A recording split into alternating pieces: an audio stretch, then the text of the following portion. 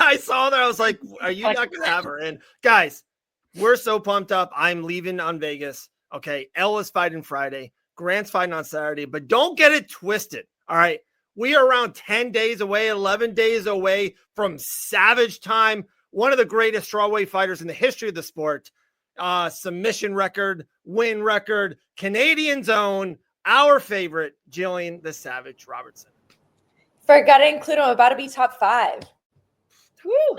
Dude, number 1 contender. You're going to be undeniable. Okay. Oh yeah, 100%. I'm like, that's the goal of this fight for me is, well, like, that's what I really feel like I have to do is make myself undeniable. I have to prove that I am the number 1 contender. So I have to go out there and just put on a performance. I really can't wait, honestly.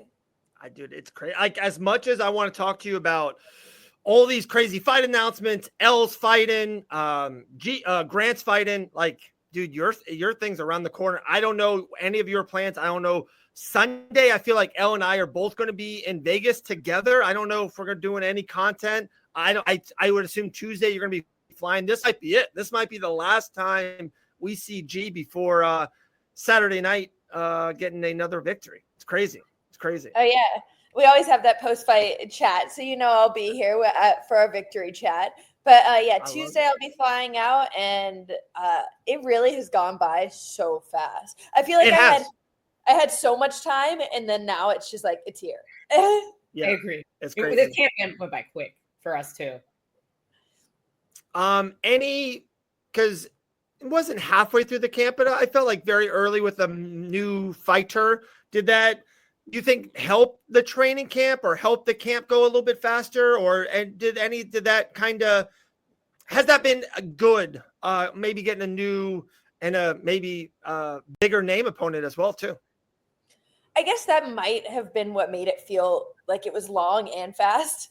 Yeah. Because I'm like, I had Lucindo for, I want to say I had 16 weeks notice total. Like it was like way too long to begin with. And so I want to say I had Lucindo for like 8 weeks, and then I had Amanda Lemos for 8 weeks. So I think with the fight change, it kind of like restarted a camp essentially.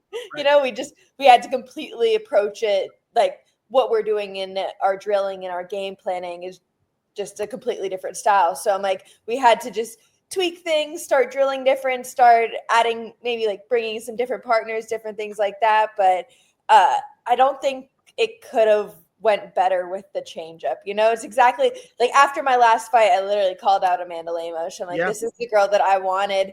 I think that it is a bigger name. I think that also the fact that it's Tatiana's last fight, and Tatiana's really the only person that they're talking about as a contender. So I think it's easy to kind of put them side by side and be like, well, Tatiana did this to Lemos and I was able to do this. So who deserves the title shot more? I love it. So, on that same note, do you feel like since Weili was obviously dominant before she decided to go up to 125, I don't know if I would assume she's planning to come back down because she looked really small at 125, in my opinion. I would assume she's going to come back down. Are you a little bit concerned that they probably would match her back up with Mackenzie Dern before that? Or do you think maybe she's going to take some time off and that'll give you some time to take that first title shot before her? I guess my thought process is Mackenzie says she wants to fight every 6 months. Typically, Weili fights once a year. Right. Like, just by like. And a loss, too. Yeah. So I'm like, I'm hoping that I can get the Mackenzie fight and then the Weili fight, back to back. Let's go. Imagine Weili at the White House. Oh. I think that's a little bit soon. That would be cool. But yeah, that would be a lot back to back. Definitely. A lot of G questions in there, but there was an L question. I got to give L some flowers. L, what sort of time are you fighting? What time zone? So it is on Spectation Sports. I will drop all the links in the chat when we actually have the promoter coming on at the end of the show. So he'll be on in a little bit. I am the main event. So is main event L.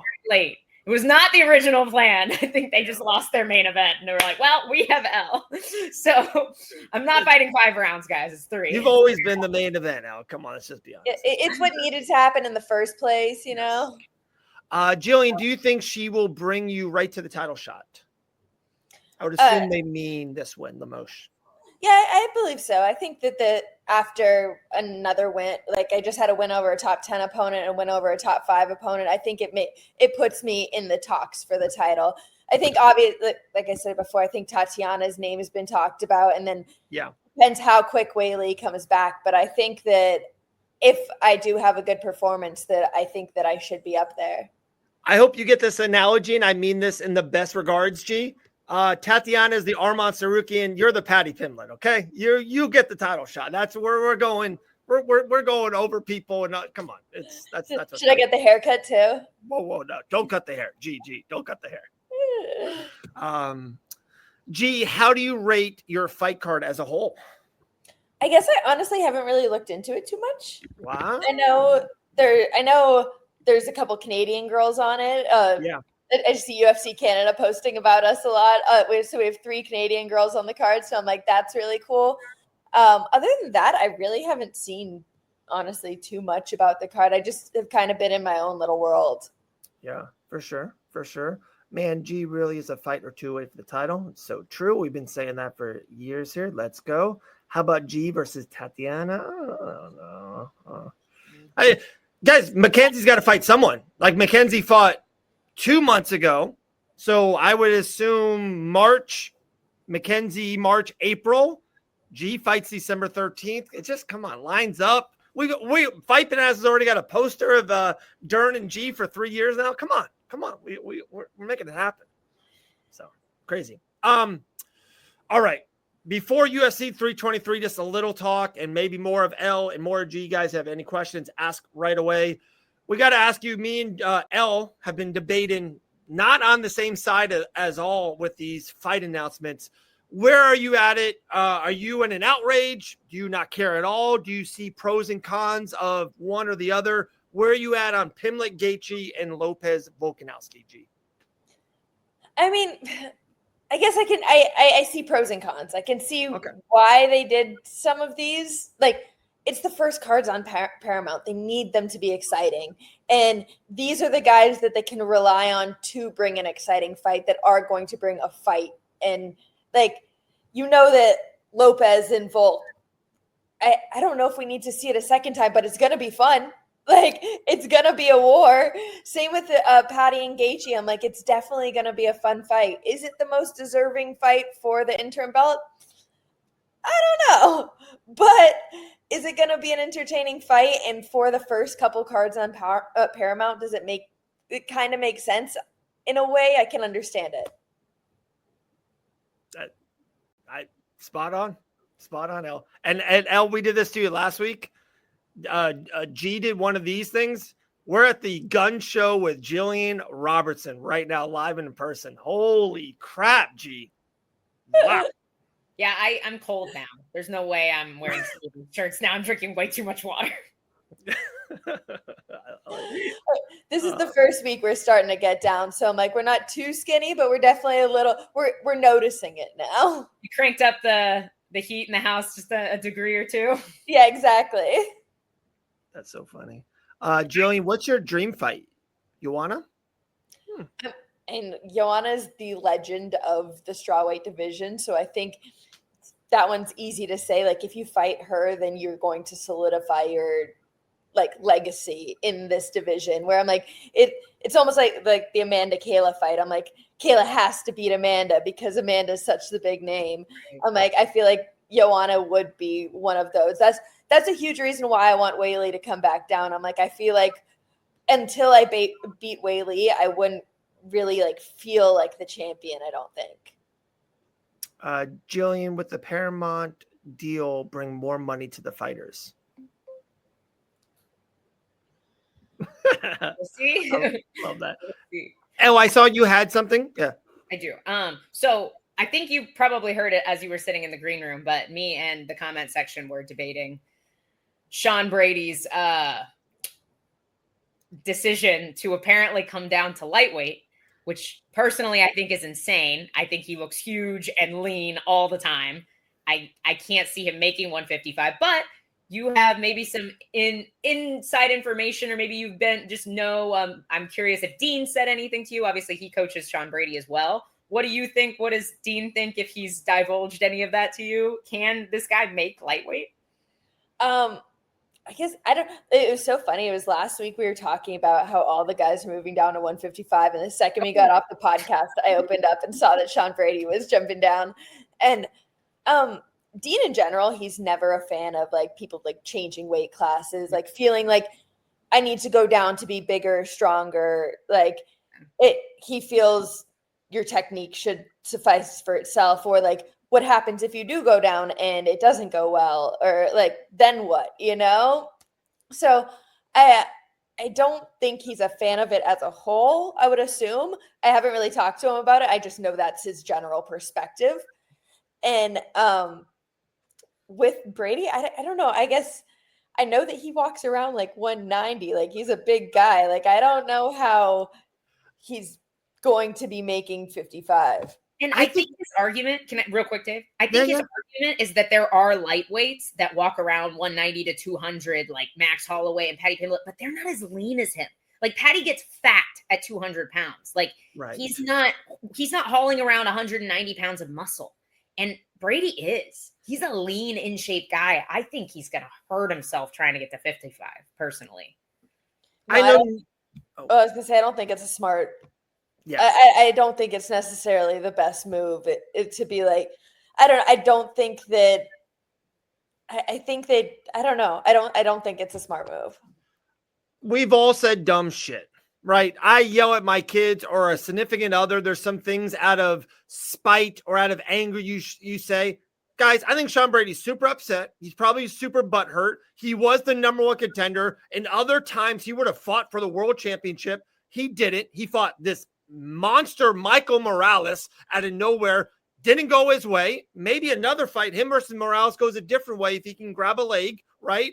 I think he's angry, and you're just saying a lot of stuff. So I'm just throwing that out there. I think Sean Brady's next fight will be at welterweight. And that's my call. I think so too.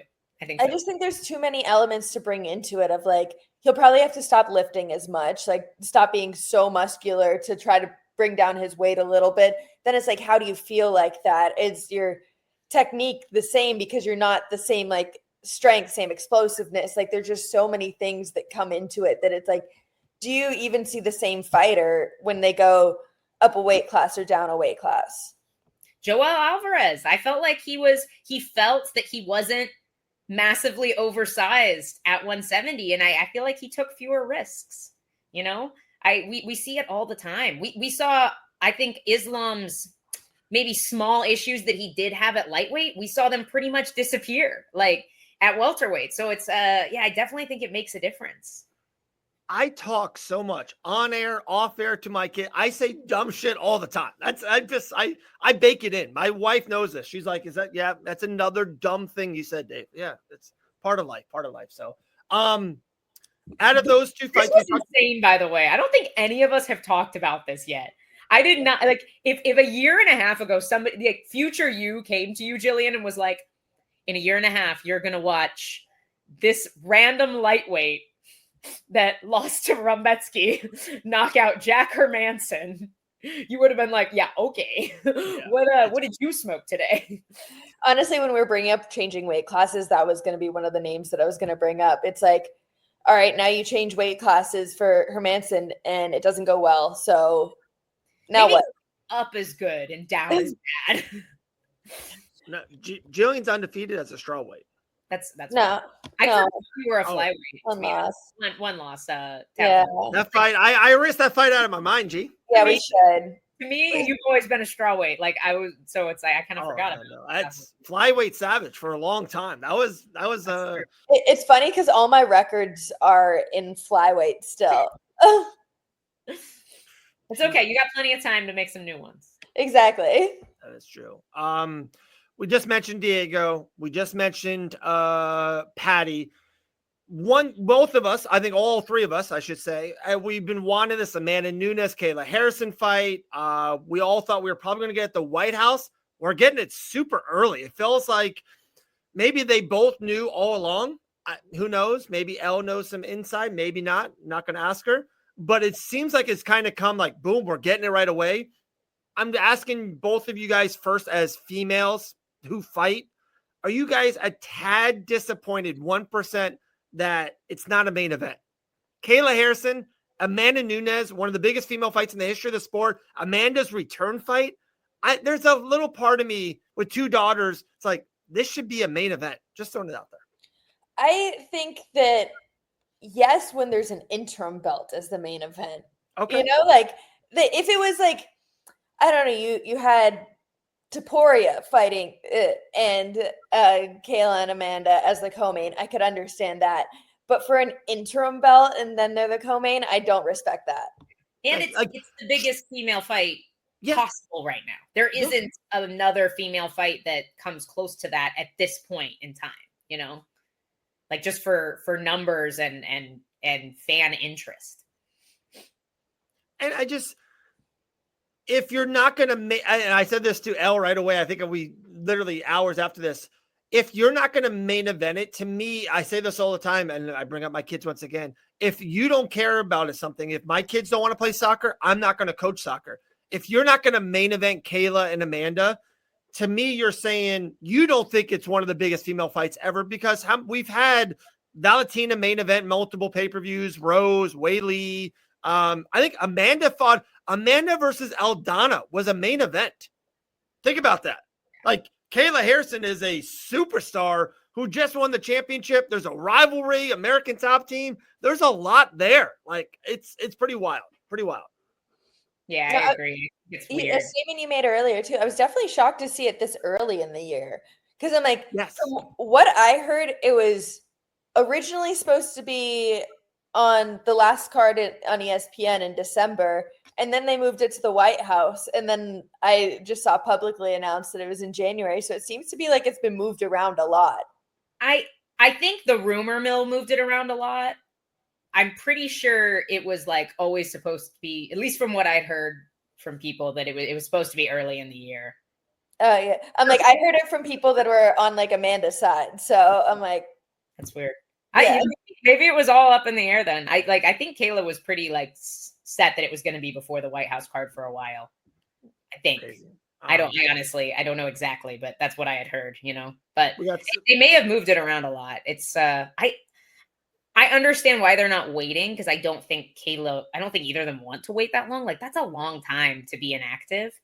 But that would be a huge fight to have on the White House card. Like, she already has a relationship with Trump. Like, that would have been pretty cool to do as well.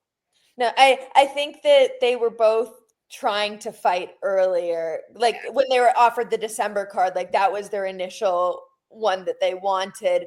Then I guess there was talks of the White House card, and then it makes sense to bring it on the Paramount, you know, bring such a huge fight. Like I said, these big fights on Paramount Plus's first cards, like making the UFC like show their worth, really. Yeah.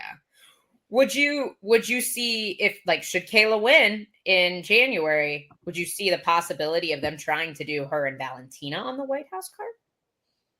And that would definitely be a possibility. I think that right now it's like Kayla's the only American champion. Like, there's no way that she's not going to be on the White House card. Like, she has to. Yeah. And that's also like, her cut to 35 is solid, you know, like can she do that 6 months apart? But is it 6 months or is it less? It's less than 6 months, right? Well, it's kind of in that range, 5, 6. Like, 5, right 6. around there, you know? A couple more. LG's got to leave like in 5 minutes. So there's a couple questions here, and I had one more thing for her. The chat's very into a lot of new people talking G. Both G and L, what prepares you mentally 24 hours before a fight, and what portion of the fight game is mental in your opinion? All of it. I feel like the mental portion in the fight is how I typically am able to win fights, is I'm able to just beat my opponent to the positions, like beat them to moves. I'm typically just making decisions faster than them. But pre-fight, I'm like, honestly, I'd say 24 hours. Like, as soon as we do the face-off, I'm hyped. Like, I'm excited. I want to go. The next morning when I wake up, I have terrible anxiety, honestly. Like, it's something I definitely deal. It's only when I'm in the hotel room. When I'm in the hotel room all day long, I'll wake up at like 6 a.m. and feel my heart beating out of my chest. Then I'll have to deal with this feeling all day long. I usually don't even eat fight day. I'll drink like liquid carbs, but I won't eat physical food because I feel kind of nauseous because I'm just like nervous. And then the second I leave the hotel room, I just feel good again. I feel like it's just like I was just so anxious to be able to go do it. And once I get to go do it, then I'm like, all right, this is okay. I feel like it's a lot easier for me once I'm on my way to the venue. It's just the day in the hotel room that sucks. This is a dumb question. I've never asked you this before, G. When you leave, because not most, I was going to say you fought on the Apex probably more often than not in the last 5-6. When you leave your hotel room, are you dressed like in your UFC gear, or are you just dressed normal? You get to the thing and you change into your gear. Yeah, they have all your gear at the venue for you. Okay. So you're just wearing like whatever Venom clothes that you have from the week typically, or I don't know, you see some guys show up in suits and things like that. Yeah. I'm just gonna put on a hoodie and go. But he's like, whatever Venom put in my bag for this week. But tell me, G, when you fight Dern for the championship, you're I don't know if you ever seen Roger Rabbit. There's this like the main actress in Roger Rabbit wears this beautiful like red dress, like this Jessica Rabbit. Yes, yeah. He's done that for Halloween before, I'm pretty sure. Yeah, I have. Oh, there you go. Tell me that you don't show up to that wearing that. You're like, oh, statement made. Okay. No, I'm gonna just still be in my hoodie. Savage. I wouldn't risk wearing heels. I might like roll. I always look at, even just like I've been going to a UFC gym to spar, and they have like a lot of machines there and people working out and things. And I'm like, I always look at the girls and they're in all these cute workout outfits, and I'm just like looking like a gremlin with my hoodie like tied up. That's what I'm in my best friend's phone as, is little gremlin. Gremlin? She's like, because I'll be like dressed up on occasion, and she's like, and 90% of the time you just look like a gremlin. And I'm like, yeah. Red hair. Red hair dye. Yeah, we need to get a touch up next week. Yeah, Friday we're getting it. Nice and fresh. There we go. Well, I'm excited. It's crazy. I'm telling you. And also too, I think both of you know this, maybe not. So on Friday, they do the real weigh-ins, and I think it's right before the ceremony or maybe after the ceremony weigh-ins, they're doing a big one of those 2026 fight like interview things, like they do it every like 2 or 3 years. Dana's in the middle in there at the T-Mobile. So there'll be a big press conference. So I'll be there live for that. Yeah, I cannot wait. To be live for Grant's fight in Vegas. And then maybe one time I'll be, I don't know, live for G's fight. Maybe. Well, we might make it work. Maybe. I don't know. You guys stay through like Tuesday, so you guys can like cross paths. Me and G talked off air about something, and then she goes, Dave, you're 19th on the list. So I called my first 18 best friends, and you're 19th. So it didn't happen. But G, you're the best. Hopefully we'll talk to you. If not, we might not see you until your fight. Cannot wait. It's Savage time next weekend. UFC Vegas 113, Amanda Lemos versus one of the greatest strawweight fighters of all time, Canadian's own Gillian the Savage Robertson. You're the best, G. We love you. We'll talk to you soon. All right, I'll see you guys. There we go. Good luck if we don't see you. Good luck to you too. He said,